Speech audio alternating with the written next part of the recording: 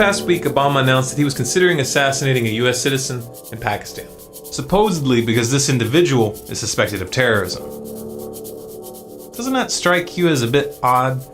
Why on earth would they announce something like that? Why would they publicize their lawlessness, opening up a potential public relations disaster, and giving the assassination target a chance to escape? I'll tell you why. Because the real target of this stunt isn't some man living in a foreign country that may or may not have contemplated committing a crime. The real target is you. We've been conditioned to weigh the value of the lives of people in distant lands with a different scale than we measure our own, especially when those people seem very different from us. So it may have never punched you in the gut when you heard of civilians being killed in drone strikes, even when it was revealed that 50 civilian non-combatants are killed for every one so-called militant in Obama's drone program. Those weren't Americans, so it made it easier to put the reality of those numbers aside and to put your attention back on much more important issues, like Justin Bieber's recent arrest. Yeah, I know, like, what was he thinking? You don't tell the cops you've been smoking weed. Jeez. However, to kill an American citizen overseas without a trial, without even a semblance of due process, that's psychologically different, even if it is morally indistinguishable. 50 years ago, such talk would have sent shockwaves through the nation.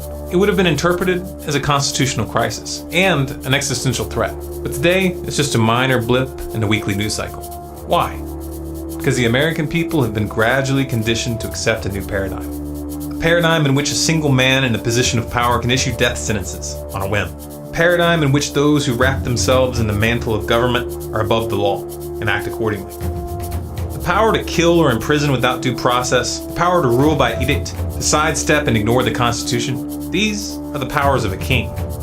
The ruling class is attempting to establish the cultural context for a modern monarchy, a dictatorship with the superficial trappings of a democratic system.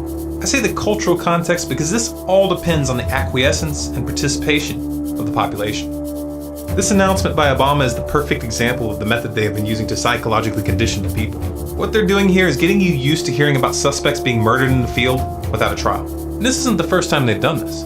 Remember the drone strike that Obama ordered that killed the American citizens Anwar al-Awlaki and his 16-year-old son? Oh wait, I forgot, their skin is brown and they have funny sounding names. They don't count. Well, I've got news for you. They do count. Because if you're willing to look the other way and rationalize the extrajudicial murders of those you have a hard time relating to, that sets precedent. And precedent is much more than a legal concept. It's a psychological principle. And that principle will enable the next president to pick up where Obama leaves off and to stretch those new powers even farther. Just like Obama expanded upon the abuses pioneered by the Bush administration. These publicized assassinations of US citizens living in other countries are test balloons. If the people accept this as a new normal, then it's only a matter of time until we start hearing about targeted assassinations being carried out domestically. And it's only a matter of time till the definition of a terrorist becomes stretched to accommodate political dissonance of all flavors. That's what states do with this kind of power. That unnamed American citizen targeted for assassination in Pakistan is you. It's the future we are handing down to our children. It's the essence of our very way of life, the most basic protections that we have come to take for granted. That's what's really in the crosshairs, and all they need from you is your silence.